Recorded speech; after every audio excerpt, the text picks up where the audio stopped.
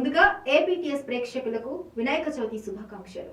పరమేశ్వరుడికి 12 జ్యోతిర్లింగాలు, అమ్మవారికి అష్టాదశ శక్తి పీఠాలు, శ్రీ మహావిష్ణువుకి 108 దివ్య ప్రదేశాలు ఎలా ఉన్నాయో గణేశుడికి కూడా అష్ట వినాయక ఆలయాలు ఉన్నాయని మీకు తెలుసా? వినాయక చవితి సందర్భంగా వాటి పూర్తి చరిత్ర ఏమిటో ఇప్పుడు తెలుసుకుందాం.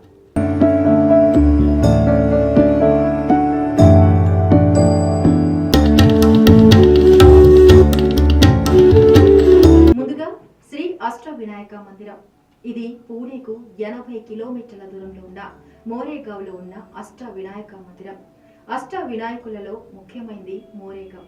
ఒకప్పుడు నెమళ్లకు ప్రసిద్ధి, అందుకే ఈ పేరొచ్చిందని చెబుతారు. సింధు అనే రాక్షసుడిని సంహరించేందుకు వినాయకుడు ఇక్కడ మయూరేశ్వరుడిగా అవతరించాడని పురాణ కథనం. ఇక్కడ విగ్రహానికి ఎడమ వైపు తొండం ఉంటుంది. ఆలయ ప్రవేశ ద్వారం వద్ద ఉన్న నందిని శివుడే నేరుగా ప్రతిష్ఠించాడని చెబుతారు. 2. విఘ్నహరేశ్వర మందిరం.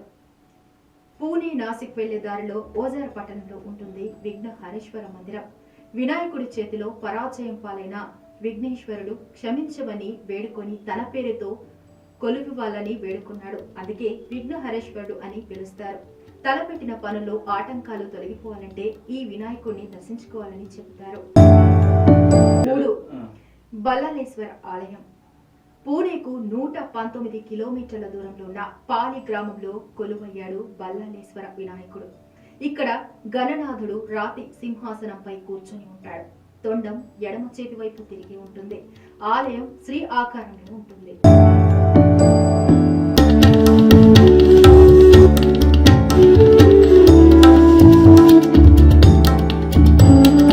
4. వరద వినాయక మందిరం.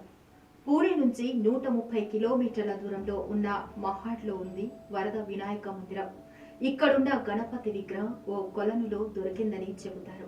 ఇక్కడ నేరుగా భక్తులే గర్భగుడిలో గణపయ్యకి పూజలు చేయొచ్చు. 5. చింతామణి మందిరం.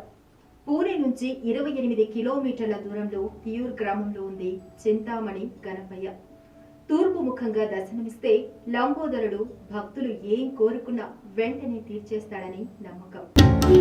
ఇక 6. గిరిజాత్మజ మందిరం.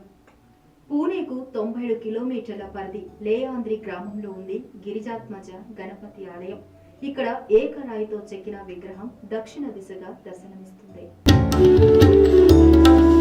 7. మహాగణపతి మందిరం. పూణేకు 52 కిలోమీటర్ల దూరంలో రంజనగావ్లో కొలువయ్యాడు మహాగణపతి. త్రిపురాసుర సంహారానికి ముందు శివుడు ఇక్కడ వినాయకుడిని పూజించాడని పురాణ గాథ. ఇక్కడ వినాయకుడు తూర్పు ముఖంగా దర్శనమిస్తాడు. 8. సిద్ధి వినాయక మందిరం. పూణేకు 111 కిలోమీటర్ల దూరంలో ఉన్న సిద్ధాటెక్ గ్రామంలో ఉంది సిద్ధి వినాయక మందిరం.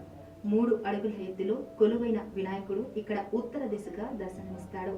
తొండం కుడి చేయి వైపు తిరిగి ఉంటుంది. ఈ ఆలయం చుట్టూ ప్రదక్షిణ చేయాలంటే 5 కిలోమీటర్లు నడవాల్సిందే. సకల జీవుల్లో అంటే జంతువులు, పక్షులు, మొక్కలు ఇలా ప్రకృతి సమస్తంలో దైవం కనిపిస్తుందని హిందువులు భావిస్తారు. పాము, ఏనుగు, కాకి, కుక్క అనే తేడా లేకుండా ప్రతి జీవిని దైవంగా భావించి పూజిస్తారు. దేవుడు ఉనికి ప్రశ్న తలెత్తే ప్రతిసారి నేను ఉన్నా అంటూ ప్రకృతిలో అనేక వింతలు, విశేషాలు దర్శనమిస్తున్నాయి. అల్లం, బొప్పాయి, క్యారెట్ వంటి అనేక వస్తువులు విఘ్నాలకు అధిపతి వినాయక రూపంలో కనిపించి అనేక సార్లు భక్తులను అలరించాయి.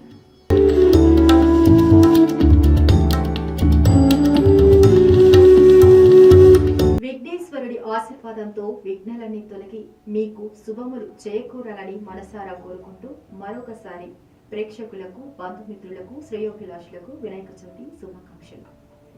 నమస్కారం.